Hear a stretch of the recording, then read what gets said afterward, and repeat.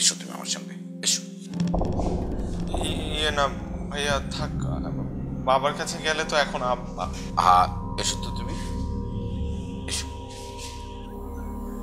এসো জামান, এসো এসো বসো।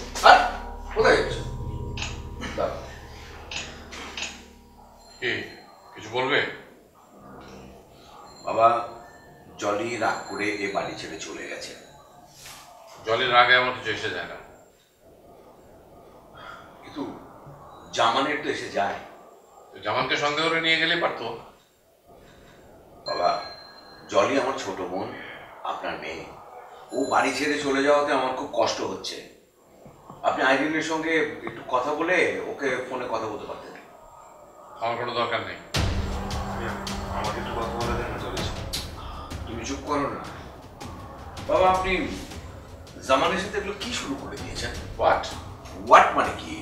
ওকে দিয়ে আপনি যাচ্ছে তাই রচনা মুখস্থ করছেন, হাবি যাবি, আপনি ওকে নানান ভাবে ইনসাল্ট করছেন। ওটা ওর প্রাপ্য। কিন্তু ও তো এই বাড়ির জামাই।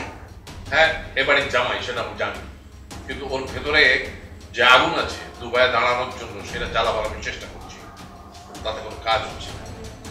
আমার এসব নিয়ে কথা বলতে ইচ্ছা করছে না। তোমরা এখন যাও, এসো। আমার একদম ভালো লাগছে না, যাও এখন। চল চল চল।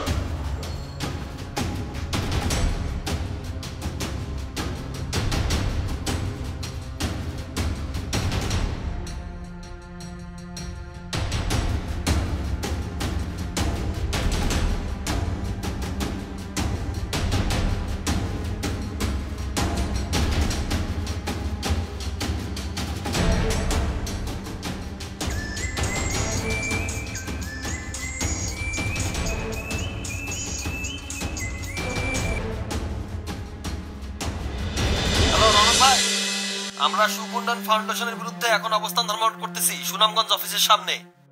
বাহ, ভেরি গুড। ওইসব ছবিগুলো তুলে সামাজিক যোগাযোগ মাধ্যমে এগুলোকে ছড়ায় দেন আর আমাকে ইনবক্স করেন তাড়াতাড়ি, ঠিক আছে? আমি এখানে আছি। জি ঠিক আছে, ওকে। সুনামগঞ্জের ভাইয়েরা অলরেডি অন্যায়ের বিরুদ্ধে রুখে দাঁড়িয়েছে, কিন্তু তার আগে সুখ উন্নয়ন ফাউন্ডেশনের যত ভুল তথ্য আছে এগুলোকে ভুল প্রমাণিত করে সব জায়গায় ছড়িয়ে দিতে হবে, আন্দোলন করতে হবে, সবাইকে রুখে দাঁড়াতে হবে। দাঁড়াইতে হবে না? সবাইকে এটা বুঝাইতে হবে।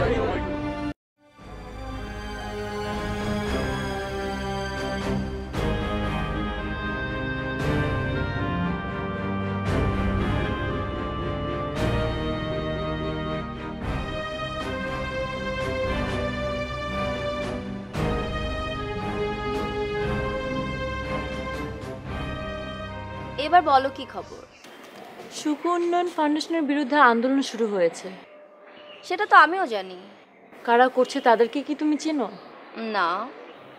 আমি চিনি। সুনামগঞ্জে যে ঘটনাটি ঘটছে তার নেতৃত্ব দিচ্ছে নয়ন, ও আমার পরিচিত। তাই নাকি? হ্যাঁ। তোমার কেমন পরিচিত? আমরা একই গ্রাম।